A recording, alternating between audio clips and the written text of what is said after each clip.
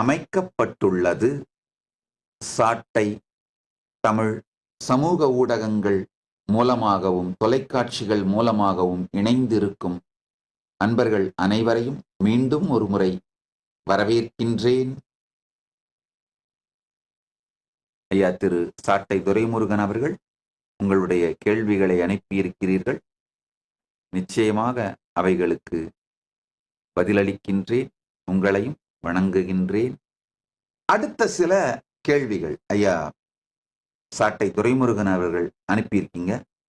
கைலாசாவை தனி நாடு என நீங்கள் அழைத்தாலும் ஒரு நாட்டிற்கு சர்வதேச அங்கீகாரம் மிக அவசியம்.